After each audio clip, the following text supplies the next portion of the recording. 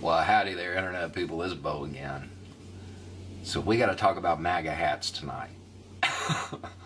I had one conversation, and it changed my entire view of them.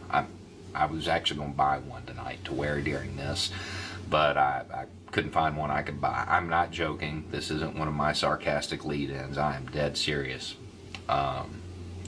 If you don't know, there's an app out now, so the MAGA hat crowd can find harassment-free places that they can go and eat or drink or shop or whatever. I found this funny, and I made a post on my personal social media saying that I had just marked the Punk Bar over in Fort Walton as a MAGA-friendly establishment. If there is a place around here where you're pretty much guaranteed to catch a brick to the forehead for wearing one of those hats, it's there. I had a guy message me and tell me that he was disappointed in me because I don't know what it's like to wear one of those hats. I'm like, okay, do tell. So he tells me 5 little things. Completely changed my view. Completely. I mean, instantly. So he says that, and first thing you need to know is that we are in MAGA country down here. This is I mean, this is a Trump supporting area. But if he puts his hat on and goes into town, people will stare at him, sneer.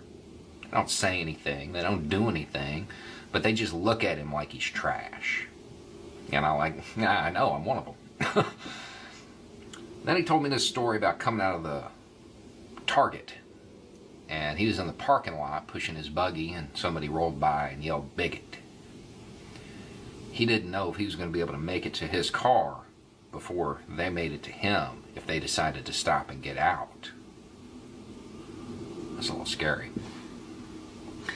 He was in a bar talking about Trump in a positive light, and I guess he said MAGA a couple of times, and the manager of the establishment came over to him and told him to speak in a way that was friendlier to the rest of the guests. He went into the little Mexican store down in Panama City, and they served him, but they made sure to tell him not to wear it in there again. He said that so many things like that have happened to him over the last year or so, he doesn't even want to wear it anymore.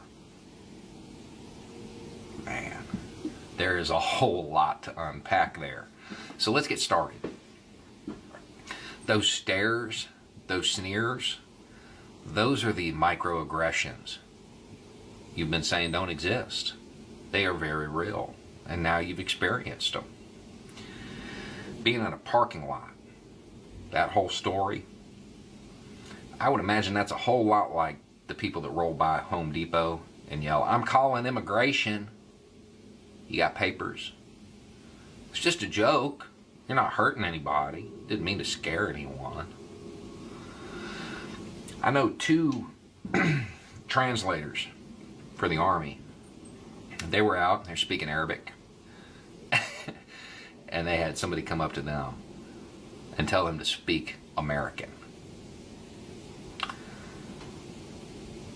That little incident in the Mercado, you're just dressed different. You're not hurting anybody, are you?